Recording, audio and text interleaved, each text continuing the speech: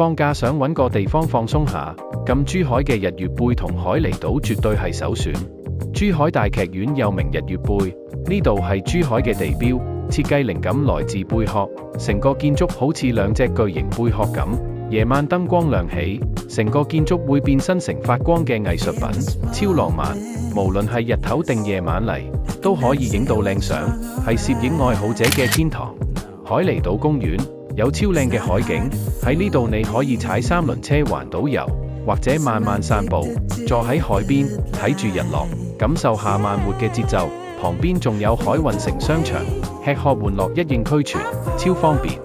去珠海玩，喺香港出發，你可以搭永東巴士珠海長龍線，喺香港市區6個上車點，經港珠澳大橋口岸，每日14個來回班次穿梭珠海人工島，4個班次直達珠海長龍4間酒店，快速又方便。珠海嘅日月貝同海離島，絕對係一個短途旅行嘅好去處。無論你係想影相打卡、享受美食，定係純粹放鬆下，呢度都可以滿足你。快啲計劃你嘅行程，搭永東巴士到珠海過一個開心假期。